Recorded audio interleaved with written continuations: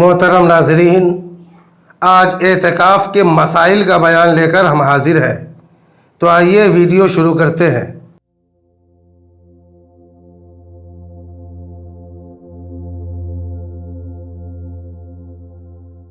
دوستو، اعتکاف کی 3 قسمیں ہیں۔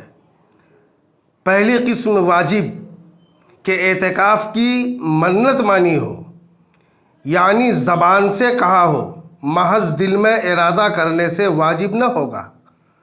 دوسری قسم سنت مؤکدہ، یعنی رمضان کے پورے آخری عشرہ یعنی 20ویں رمضان کو سورج ڈوبتے وقت سے اعتکاف کی نیت سے مسجد میں داخل ہو، اور 30ویں رمضان کے غروب کے بعد یا 29ویں رمضان کو چاند ہونے کے بعد مسجد سے باہر نکلنا، یہ اعتکاف سنت مؤکدہ علی الکفایہ ہے کہ اگر سب چھوڑ دیں گے تو سب سے مطالبہ ہوگا، اور شہر میں ایک نے کر لیا تو سب بری الذمہ ہو گئے۔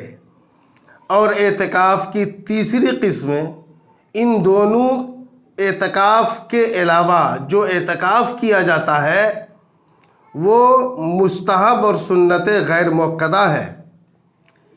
اعتکاف مستحب کے لیے نہ روزہ شرط ہے، نہ اس کے لیے کوئی خاص وقت مقرر ہے، بلکہ جب بھی مسجد میں اعتکاف کی نیت کرے گا تو جب تک مسجد میں رہے گا معتکف ہے، مسجد سے نکلا اعتکاف ختم ہو گیا۔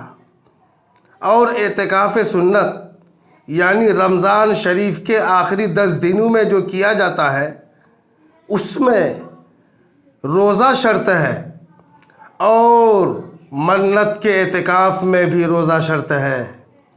اعتکاف واجب اور اعتکاف سنت مؤکدہ میں بغیر عذر مسجد سے نکلنا حرام ہے۔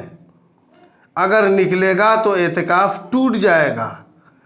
حاجت طبعی کے لیے مسجد سے باہر نکل سکتا ہے، مثلاً پاخانہ پیشاب کے لیے، وضو اور غسل کے لیے نکلنے کی اجازت ہے۔